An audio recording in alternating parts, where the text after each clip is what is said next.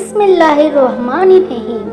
السلام علیکم، میرے اس چینل پر آپ سب کو خوش آمدید۔ نواسۂ پیغمبر صلی اللہ علیہ وآلہ وسلم، فرزند حیدر رضی اللہ تعالیٰ عنہ اور جنت کے نوجوانوں کے سردار امام حسین رضی اللہ تعالیٰ عنہ کی فضیلت کے لیے صرف یہی بات کافی ہے کہ وہ حضور نبی کریم صلی اللہ علیہ وسلم کے فرزند ہیں۔ حضرت امام حسین رضی اللہ تعالیٰ عنہ 3 شعبان بروز جمعرات کو اس دنیا میں ایسے گھرانے میں پیدا ہوئے جس گھرانے کے لیے اس دنیا کا وجود عمل میں لایا گیا، یعنی ہمارے نبی حضرت محمد صلی اللہ علیہ وسلم کی پیاری اور لاڈلی بیٹی حضرت فاطمہ الزہرا رضی اللہ تعالیٰ عنہ کی اور حضرت علی رضی اللہ تعالیٰ عنہ کے گھر مدینے میں ہجرت کے 4تھے سال پیدا ہوئے۔ حضرت امام حسین رضی اللہ تعالیٰ عنہ اپنے بڑے بھائی حضرت امام حسن رضی اللہ تعالیٰ عنہ سے 1 سال چھوٹے تھے۔ ولادت کی خوشخبری سن کر حضرت صلی اللہ علیہ وسلم تشریف لائے اور ان کے دائیں کان میں اذان اور بائیں کان میں اقامت کہی اور اپنی زبان منہ میں دے دی۔ نبی کریم صلی اللہ علیہ وسلم کا مقدس لاب دہن حضرت امام حسین رضی اللہ تعالیٰ عنہ کی غذا بنا۔ 7ویں روز آپ علیہ السلام کا عقیقہ کیا گیا۔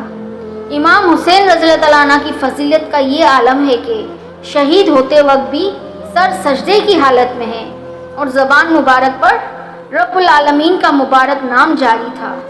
حضور پاک صلی اللہ علیہ وسلم دونوں شہزادوں امام حسین رضی اللہ تعالیٰ عنہ اور امام حسن رضی اللہ تعالیٰ عنہ سے ملنے اپنی بیٹی سیدہ فاطمہ الزہرا رضی اللہ تعالیٰ عنہ کے گھر تشریف لاتے اور حضرت صلی اللہ علیہ وسلم نے امام حسن رضی اللہ تعالیٰ عنہ اور امام حسین رضی اللہ تعالیٰ عنہ کا ہاتھ پکڑ کر فرمایا، جس نے مجھ کو محبوب رکھا اور ان دونوں کو اور ان کے ماں باپ کو محبوب رکھا وہ جنت میں میرے ساتھ ہوں گے۔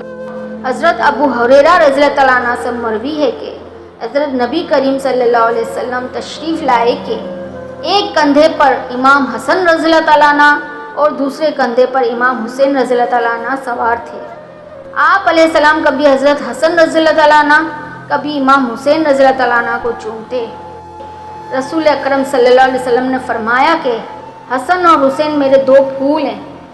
حضرت سلمان فارسی رضی اللہ تعالیٰ عنہ فرماتے ہیں کہ میں نے نبی کریم صلی اللہ علیہ وسلم سے سنا کہ امام حسن اور امام حسین میرے بیٹے ہیں اور جس نے ان دونوں کو محبوب رکھا اس نے مجھے محبوب رکھا اور جس نے مجھے محبوب رکھا اس نے اللہ کو محبوب رکھا۔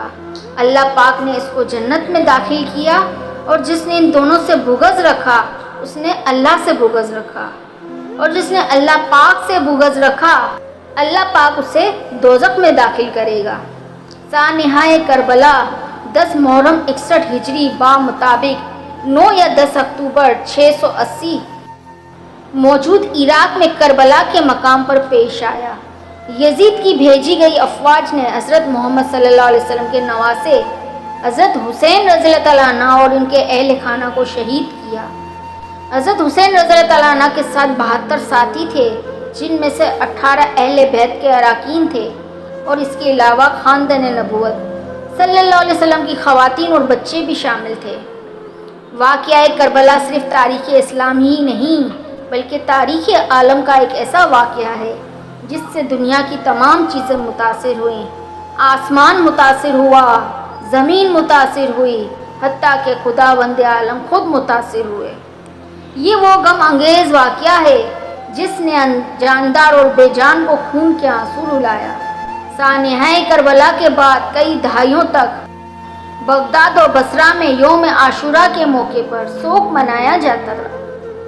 بازار بند رہتے اور لوگ سوگ کی سی کیفیت میں سارا دن غمزدہ رہ کر سانحہ کو یاد کرتے۔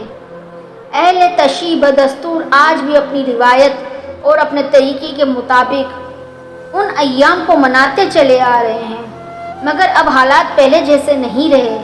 جس ذوق و شوق اور رغبت اور محبت سے کثرت سے ذکر حسین علیہ السلام کا اہتمام ہوتا تھا، اجتماع ہوتے تھے، اب وہ جوش و خروش، تسلسل اور کثرت نہیں رہی۔ آج کل لوگ سوشل میڈیا کے دور میں لوگ بس اپنے اسٹیٹس پر ایک تصویر لگا کر غم حسین منا لیتے ہیں۔ یاد رکھیں فتنہ پیدا کرنے والے جھوٹے فتوے لگانے والے اور رائے حق سے ہٹانے والے لوگ ہمیشہ دنیا میں رہے ہیں۔ حضرت امام حسین رضی اللہ تعالیٰ عنہ کا واقعہ شہادت نہ صرف اسلامی تاریخ کا ایک اہم واقعہ ہے بلکہ پوری دنیا کی تاریخ میں بھی اس کو ایک خاص امتیاز حاصل ہے۔ اس میں ظلم و ستم اور سنگ دلی کے ایسے ہولناک اور حیرت انگیز واقعات ہیں کہ انسان کو ان کا تصور بھی دشوار ہے۔ دوسری طرف آل اظہار رسول اللہ صلی اللہ علیہ وسلم اور دوسری طرف آل اطہار رسول اللہ صلی اللہ علیہ وسلم کے چشم و چراغ اور ان کے 72 سے 70 ساتھیوں کی چھوٹی سی جماعت کا باطل کے خلاف مقابلے کے ایسے واقعات ہیں کہ ان کی مثال ملنا مشکل ہے۔ امام حسین رضی اللہ تعالیٰ عنہ نے حق پر ثابت قدم رہتے ہوئے کسی طرح دشمن کا مقابلہ کیا اور اپنے تمام ساتھیوں کی قربانی دے دی اور اپنے بچوں تک کو قربان کر دیا، لیکن حق و سچ پر قائم رہتے ہوئے اپنی بھی جان اللہ تعالیٰ کی راہ میں قربان کر دی اور شہادت کا وہ رتبہ اور مرتبہ حاصل کیا کہ تا قیامت ان کی شہادت کو بھلایا نہ جا سکے گا اور ان کی شان بیان کی جاتی رہے گی۔ ہمیں چاہیے کہ ہم محرم کا احترام کریں اور اپنے بچوں کو بھی اس کی اہمیت سے آگاہ کریں۔ محرم کے مہینے میں کثرت سے قرآن کی تلاوت کریں اور شہدائے کرام کے ایصال ثواب کے لیے نوافل کا اہتمام بھی کریں۔ واقعہ کربلا مسلمانوں خاص طور پر شیعوں کے نزدیک تاریخ اسلام کا دل خراش ترین اور سیاہ ترین واقعہ ہے۔ شیعہ حضرات اس دن وسیع پیمانے پر عزاداری کا اہتمام کرتے ہیں۔ امام حسین رضی اللہ عنہ نے 4 ماہ کے قریب مکے میں قیام فرمایا۔ اس دوران کوفے والوں کی طرف سے آپ کو کوفہ آنے کے دعوت نامے ارسال کیے گئے۔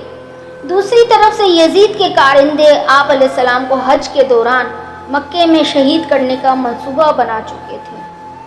اس بنا پر آپ رضی اللہ عنہ نے یزیدی سپاہیوں کے ہاتھوں قتل کے اندیشے اور اہل کوفہ کے دعوت ناموں کے پیش نظر 8 ذی الحج کو کوفے کی جانب سفر اختیار کیا۔